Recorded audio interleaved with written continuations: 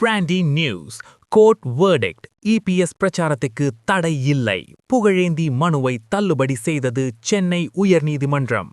Good evening Tamil Nadu, இது உங்க Maximus brandy news.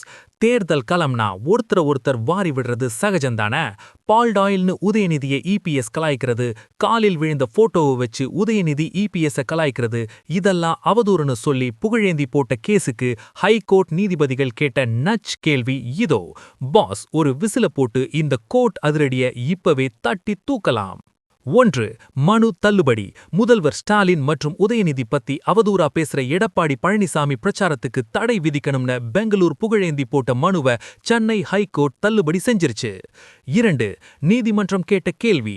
தேர்தல் நேரத்துல எல்லாரும் தான் பேசுறாங்க, யார நிறுத்துறது? மனுதாரரான உங்களை குறிப்பிட்டு பேசினா மட்டும் நீங்க ரிலீஃப் கேட்கலாம்னு நீதிபதிகள் ஸ்ட்ரிக்டா சொல்லிட்டாங்க பாஸ். 3. தனிநபர் விவகாரம். இன்னொரு நபரை பத்தி பேசுறதுக்கு நீங்க எப்படி பொதுநல மனு போட முடியும்? இது தனிநபர் சார்ந்த புகார்தான்னு நீதிபதிகள் விளக்கம் கொடுத்திருக்காங்க. 4. பால்டாயில் சர்ச்சை.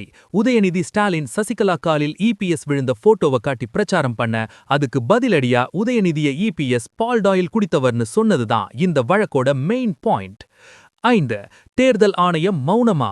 அவதூறு பிரச்சாரத்துக்கு எதிரா தேர்தல் ஆணையம் நடவடிக்கை எடுக்க தவறிடுச்சுன்னு மனுதாரர் தரப்புல வாதாடினாலும் கோர்ட் அதை ஏத்துக்கல. 6. விமர்சனத்துக்கு தடை இல்லை.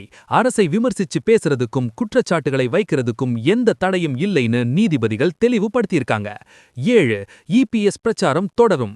இந்த தீர்ப்பால எடப்பாடி பழனிசாமி எந்த தடையும் இல்லாம நாளைய இறுதிக்கட்ட பிரச்சாரத்துல அனல் பறக்க பேச போறாரு போஸ். ஹைகோர்ட்டோட இந்த தீர்ப்பை பார்க்கும்போது நம்ம தல அஜித் சொன்ன அந்த ஒரு மாஸ் பஞ்ச் இதோ. விமர்சனம் பண்றவங்களை விட வேடிக்கை பார்க்கறவங்க தான் அதிகம் பாஸ். கோர்ட் சொன்னது ஒரு மெசேஜ் தான், அரசியல்ல இதெல்லாம் சாதாரணமாப்பா. This is Maximus signing off. Have an energetic day. இந்த ஹைகோர்ட் தீர்ப்புக்கு ஒரு விசில போட்டு ஷேர் பண்ணுங்க. Boss bye by.